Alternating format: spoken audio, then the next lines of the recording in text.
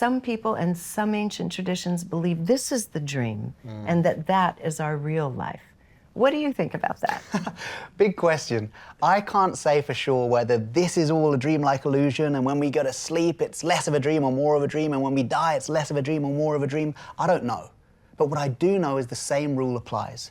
Right now, if this were a lucid dream rather than waking reality, I would know that you are part of me, that you are not separate from me, and because you're part of me, I'm going to give you all of my attention and all of my love.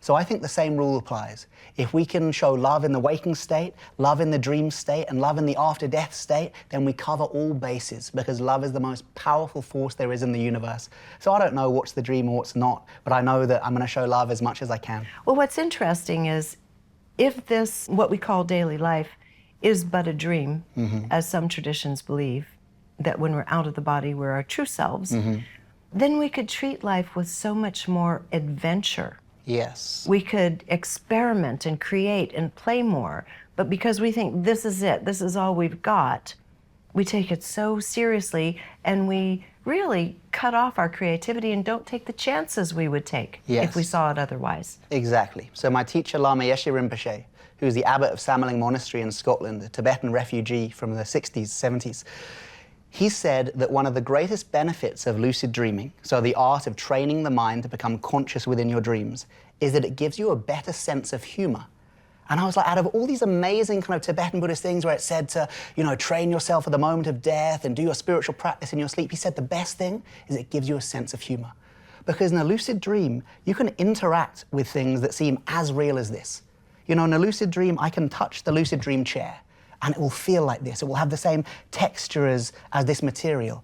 I can touch my arm and I can even notice the hairs on my arm. So I see that the human mind has a huge potential to create dreamlike illusion. This means that the next time I'm in the waking state, whatever that means, I can also interact with this dream with a similar sense of flexibility. One of the trainings is to walk through walls in your lucid dreams. Now, for ages, I thought this was a practice so eventually you could walk through walls in this state. Right. What I now realize is the reason my teacher was training me to do that was because nothing seems to be more solid than a brick wall. So if in the lucid dream state, you can train yourself to walk through a brick wall, you're creating a new habit of mind that says things that seem to be solid are not always so. So the next time you confront the brick wall of your own self-doubt in the waking state, the brick wall of your own poor me in the waking state, the brick wall of your own bull in the waking state, so too can you walk through that and see it as flexible as it was in the lucid dream. And this gives us a sense of humor. It does, and not only that, you can practice. Yeah. There's nothing but time and opportunity in the dream world to practice and to work things through. Even, we'll talk about this later, because as you say, 99% of, in your experience, 99% of what we encounter is ourselves in one degree or another, but there's still that 1%. Yeah. And we still do connect with others, and we can practice and play out into the future with ourselves and with others. So it's a wonderful experimental ground. Yes. Right? And that should be reflected in our daily life as one big, I think Buckminster Fuller said that once he was suicidal at one point. He had failed at some things, and finally he realized, but life is just an experiment. I'm just going to make everything an experiment. Major contributions to this planet. But it was that attitude that it's all an experiment. Yeah. And that's what I love about the notion of taking the lucid dream state into the waking state. So let's talk about where lucid dreaming happens on a physiological level. We'll get into a little bit of the science of it, the prefrontal cortex and so forth, and how we can start tapping into or waking that part up, and then we'll go into the Tibetan dream yoga. Absolutely. So your question there about training, using the lucid dream state as a rehearsal space for the waking state. That's been talked about in Tibetan Buddhism for thousands of years, but now we have science to back it up. Talk about some of it. Okay.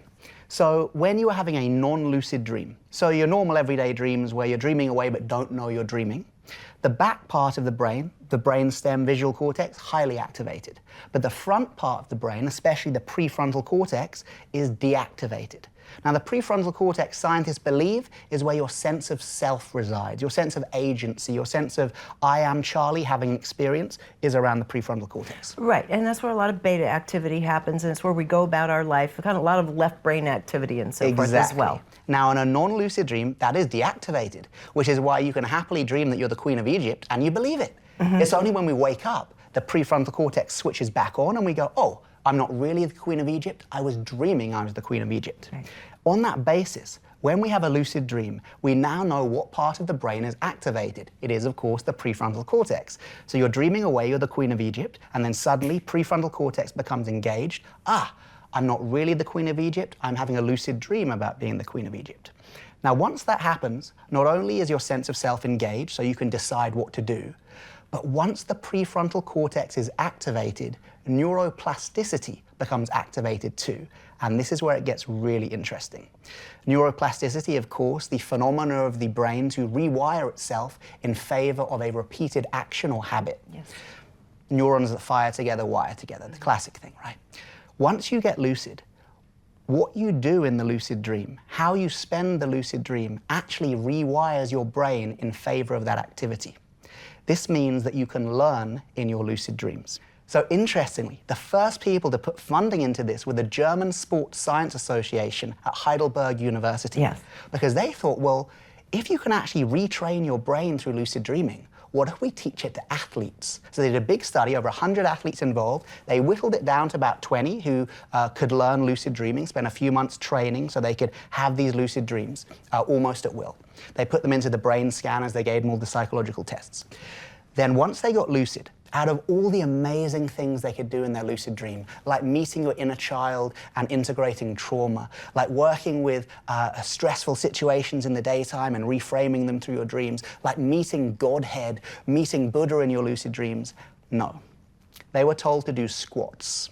So literally in the lucid dream, they're dropping doing squats, Build right? those quadriceps. Exactly.